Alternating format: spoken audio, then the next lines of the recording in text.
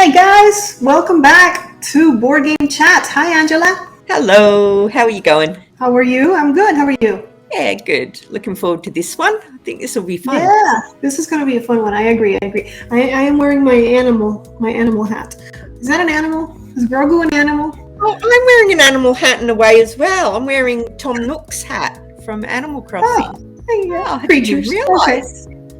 We're stretching it a little bit. I don't know that Grogu's really an animal, but anyway, so yes, today we're gonna talk about games that feature animals because both Angela and I love animals, and we have a few games that have animals or have to do with animals, and we're gonna share them with you today.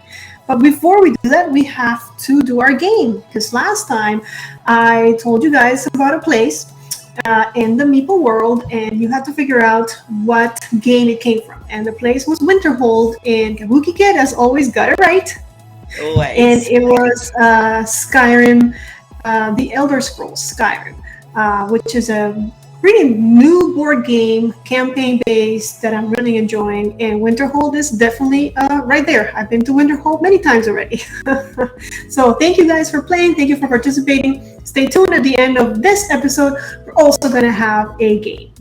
But let's get started. Let's talk about cutie animals. So Angela, you have a couple of games. You want to get us started?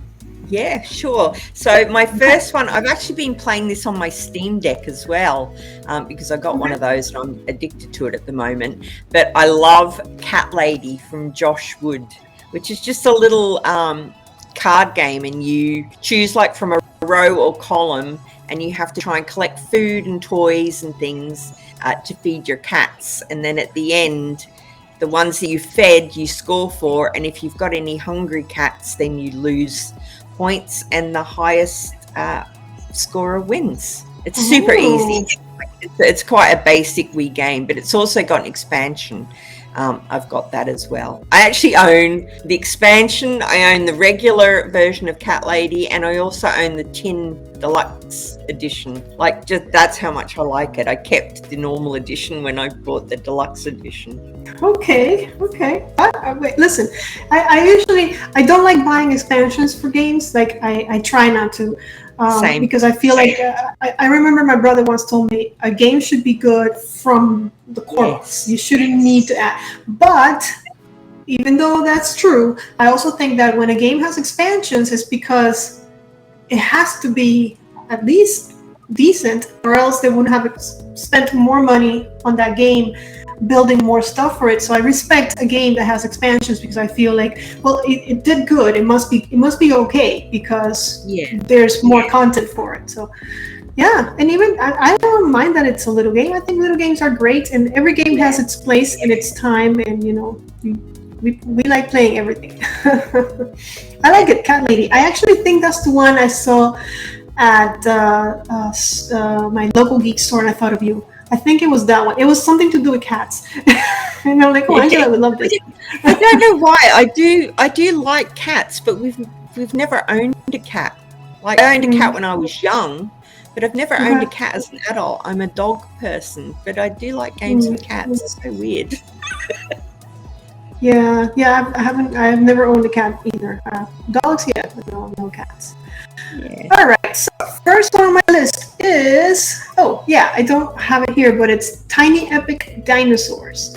It's definitely dinosaurs, so it's definitely animals. I mean, they might be extinct. Am I cheating because they're extinct? No. They're still animals, right? Okay. Yeah. So I love the Tiny Epic series. I think it's, again, as I have played games longer and longer, I look for games that are smaller and smaller. And I think everybody goes through that. Yeah, because my brother too. My brother he got me into these humongous games with lots of components, and I've seen him downsize as well, like smaller boxes, less setup time and all that. I mean, don't get me wrong, I still love my big games, but the Tiny Epics I think are great. I love Tiny Epic Galaxies. And I actually enjoy Tiny Epic Dinosaurs. I think it's a very complex, very Euro type of game where you are racing dinosaurs pretty much and earning victory points as you do. And you have to kind of get a contract and get the right color dinosaurs, breeding, and get the right type of dinosaurs so you can complete contracts and earn points that way. So very Jurassic Park. It's a fun one, and it's a little box, but let me tell you, the detail on those dinosaurs, and it's not even the deluxe version or anything. If there's special dinosaurs, there's the regular ones which are come in different colors, but then there's the special ones, and they are so detailed. Every little one of them is different, and that is amazing how great they did with those components. Yeah, I'll have to check that out. I know that my son-in-law, he collects the tiny epics. He's got everything, the player mats, the games, the bag, everything. But I haven't looked at that one. That sounds cool. Yeah, it's a solid Euro. It really is. Yeah. All right. I don't think that was I like that one. My next one, oh my God, it's cats again, Annabelle. What is happening?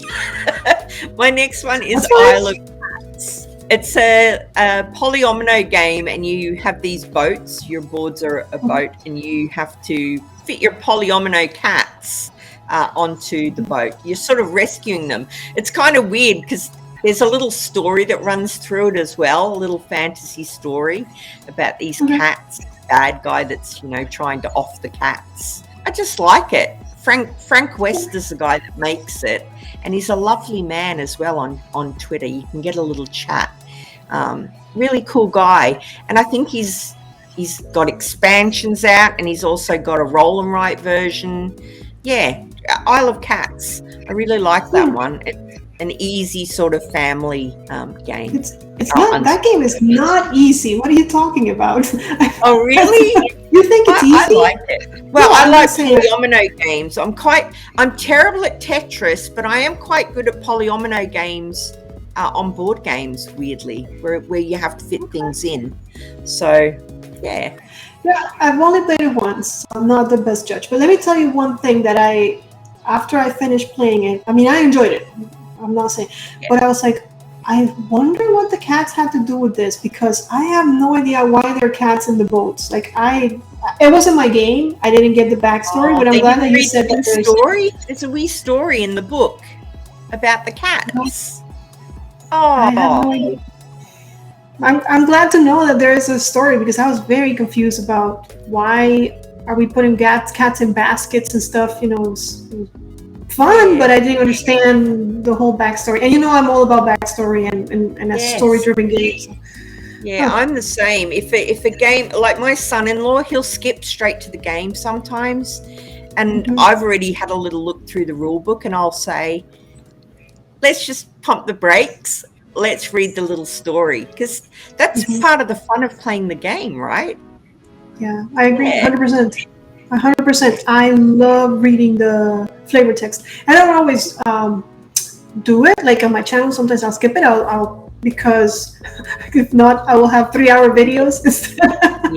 But I love doing it for myself. But I know there's a lot of people that don't like it. Like most of my friends don't want to hear the story. I'm like, oh my gosh, you guys don't know what you guys are missing. But you just tell us how you guys feel. Do you like the flavor text, or do you skip it? We want to know what's the majority. All right, for my next one, this one I think I'm kind of cheating, but I think I can get away with it. So it's a dungeon crawler. It's called Wander: The Cult of Barnacle Bay, and it's animals, but they're weird. So they have mutated. But you know this one? Yeah, I love it's got figures in it, hasn't it? I remember seeing the 3D renders, and they are stunning. Yeah. They're hard to see, but like this is a bunny that has a tentacle arm on her. Yeah, so they have mutated somehow. Here's like a badger that has a crab hand.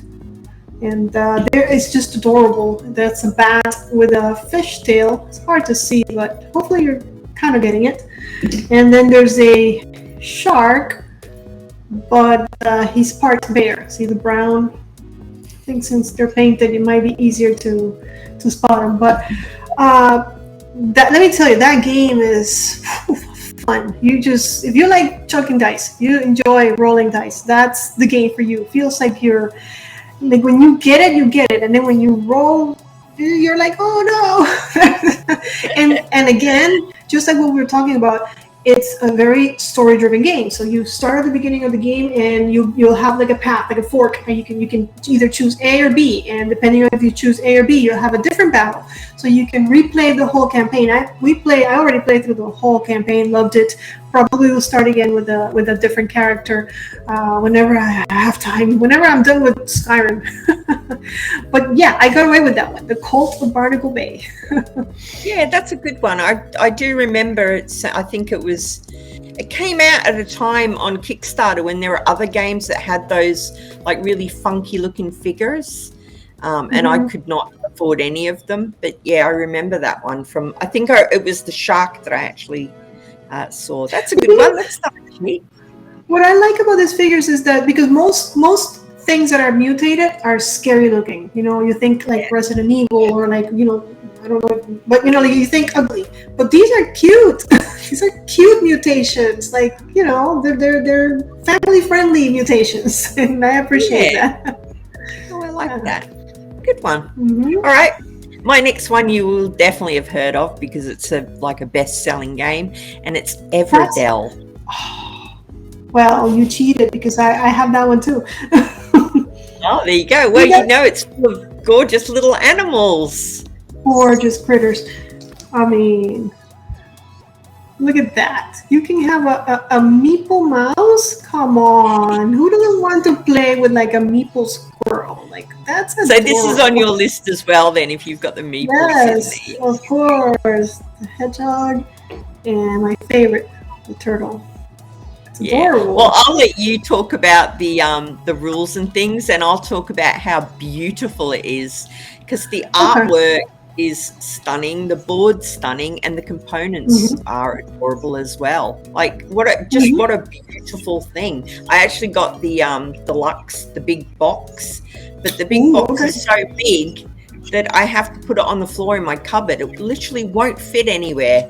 That's how big it is. Big. What's the difference? What does it have that we don't get? It's literally got everything in it. So it's got all of the expansions in it. It's got a wooden, you know, the tree, the cardboard tree. It's got a wooden version of the tree. I bought the extra bowls and things as well that you can use to, you know, it's like half a little gum nut and things like that you can put the components in. It's big. I probably will only play the base and one expansion. I haven't looked yet to see whether or not the book just piles it all in and lets you play everything from the beginning. I think I'd prefer that to reading the actual rules and then having to go through each expansion. But yeah, we'll see. I haven't played it with the expansions. I've only played the base. Okay, that's what I've played. And I've only played it twice, to be honest. 3 times if you count the time that I tried to play it by myself to figure out if I could understand it. But it's not hard. I think it does take a little bit to master because there's so many cards. Like the tree trunk just gets filled with different cards that you can purchase and add to your city, which is going to consist of, I believe, 15 cards is the max that you can have. But what I like about the game is that it's basically, I guess you can call it a deck builder, but not really. But you are building. It's an engine builder, really. You're trying to create combos by buying cards. So it's a deck, but it's really an engine building kind of game. But what I do appreciate about it is how it takes you slowly through the game. So you start with, because it's also worker placement. You start with only a couple of workers. And you finish the first season really, really fast. The game goes through 4 seasons? I forgot. I think is it 4? Is it 4? I really should know. I've only played it twice, and it was when it first came out. I think you're right. I think it's 4 because you start and then there's 3 different things that happen, 3 different stops. Because you play your workers, and then when you're done, you have to retrieve them. That's the end of the season. You start a new season, retrieve them. So yeah, it's just 4 seasons.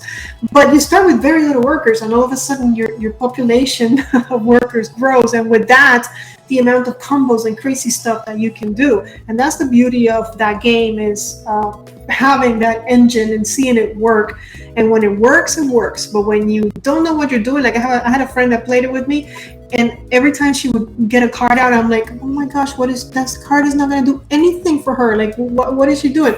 So it takes a little bit to master, I believe, but it's a fun one. Yeah, And you've just reminded me as well.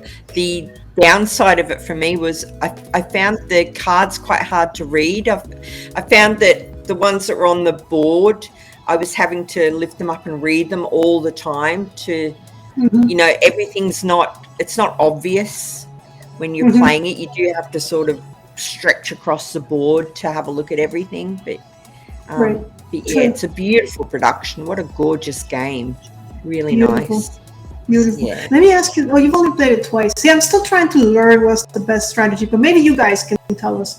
Like, the first time I played it, I kept using the cards in my hand. But then for the second and third time I played it, I decided I was going to keep the cards in my hand to use it to get resources if I needed to, and start using the cards in the meadow.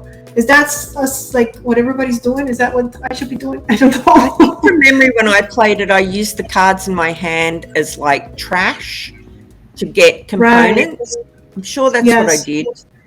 And I was using the ones in the tableau or the town to do other things, I think. Okay. I lost anyway, as I always do when I play, but I did enjoy it. That. No, it's definitely a reason why it's so popular, because it's beautiful and it's a solid game. Yeah. That's Everdell. So we both had that one on our list. Both is that right? Yeah. That's right. So is it me or you? You should go because I'm running out of games.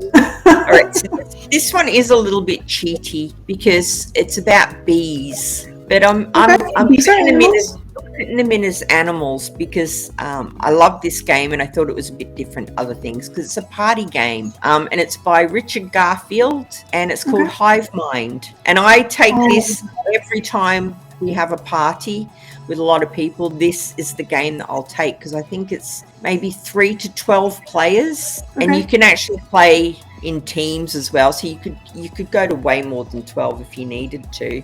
You basically ask the question, so it might be, what 3 things would a board gamer own? And then you have to write down your answers and you're trying to match everyone else. That's how you score points. And if you match, you get bumped down the hive on the board until you're out of the hive. So Hive Mind, you all have to sort of think the same. Together. Okay. Yeah. So it's a really fun game because especially if you get someone and they put something really random or weird, you can get a good laugh. You know, like the answer. Right. Yeah, clever. Those are clever. Clever answers are always funny and they make you laugh. Those make great party games. Yeah, but why do you think you're cheating? Bees are animals. I mean, you're good. You got it. Okay, good.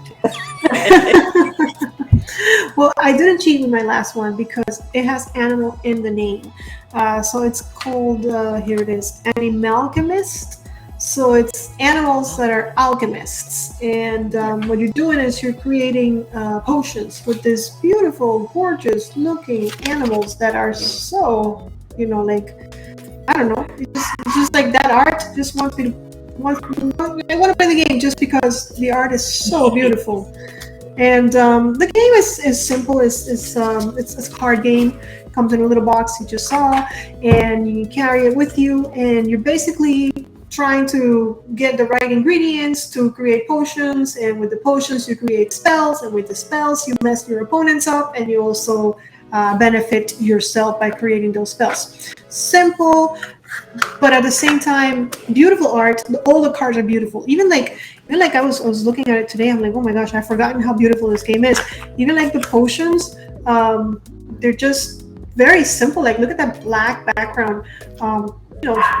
Just this is open, and then this is the one you used it. You flip it to indicate that you used it. Beautiful art. I always appreciate. I am a visual person, so even though I can't see without my glasses, so I appreciate. That's not true. I can see. I can't read without my glasses. So I always appreciate when a game is pretty. When they put the extra effort to not just. I can go either way. Like, I was just playing a game the other day, and somebody pointed out, have you seen the art on this? It's just a dragon that somebody drew with a pencil. It's not colored in, nothing, but it's such an amazing, like, it's just a drawing. So simple, yet so good. So I could go either way, but I do enjoy nice art, of course. Who doesn't? Yeah, I'm the same. But you can get some games, can't you? That the art is actual garbage, but it can still be a lot of fun. I play a little Aussie game. I think it's called Survivor. Don't quote me on that. I can't remember. But the art is terrible. Like, it's just so plain and bland. But man, you have a right laugh with that game. Really good fun. Yeah. Anyway, that was a tangent, wasn't it? Nothing to do with animals. So my next one is Camel Up, which has got camels in it, and they're animals. Woo! They're not bees. I've heard about that one. Okay. Oh, you've never played Camel Up? I've never played, but I've seen the box. I saw somebody that wanted to buy it. I'm like, oh, okay. And then everybody started saying how great it was. So yes, tell me about it. Yeah, it's a fun one. It's quite old now, I think. Old. Cult of the New. It's old Cult of the New. But you basically are racing camels, but they can jump on top of one another. And the idea is that you lay bets, and the earlier you lay your bet as to who you think's going to win, the more money you'll get, or the more points you'll get. So it's hard because you don't really know what color's going to come first early on, because the game just like in a real bet. And with them jumping on top of each other and moving with other camels, that can change where they are as well. But it's a lovely family and entry level game. Like, I have got this out a few times with people that have been visiting that aren't gamers, and they like it because everybody knows how to bet on something. Like, everyone's got it's a basic thing, isn't it? You play card games, and that's how it works. And it's just a fun one as well because, sorry? No, I was going to ask if it has camel meeples. It does have camel meatballs. And like I said, they stack on top of each other. So the shape of them is quite funny. And it also has a pyramid dice roller, which is not quite nice. I've got the cardboard one, but the new one comes with a plastic thing, and you push it and the dice falls out. Yeah. Oh, yeah. Okay. I'm glad now I know what it's about. That's good. Well, I have no more games. I'm done with my list. So do you have anything else? Yeah. I'm done with my list, other than I did write 3. I'm just looking now. I did write 3 honorable mentions, and they were Creature Fits, because beautiful artwork. Wingspan, everybody knows Wingspan, and Cascadia. They were my honorable mentions. They're all animal games as well. Anyways, what about you guys? What animal games can you recommend? What animal games do you guys like? We want to hear in the comments about other animal games that we might be missing out on, that we don't know about, or that you can share with each other. If not for us, then for other people watching. And we're going to have a game. Angela's going to put a picture, right? Yes. And you have to guess what game it's from. So it'll be part of a cover. So this is a small part of a box cover. And see if you know what it is. Guess the cover then. Here's the picture. Guess the cover. Yeah, guess the cover. All right. Well, thank you guys for joining us today. I hope you guys enjoyed this one. Also, let us know what else you'd like for us to talk about, because Angela and I are running out of ideas. No, we're not. But we like to talk about stuff that you want to get. Yeah, exactly. So give us ideas. Yes. Thank you guys. Thank you for watching. See you on the next one. You play more games. Bye.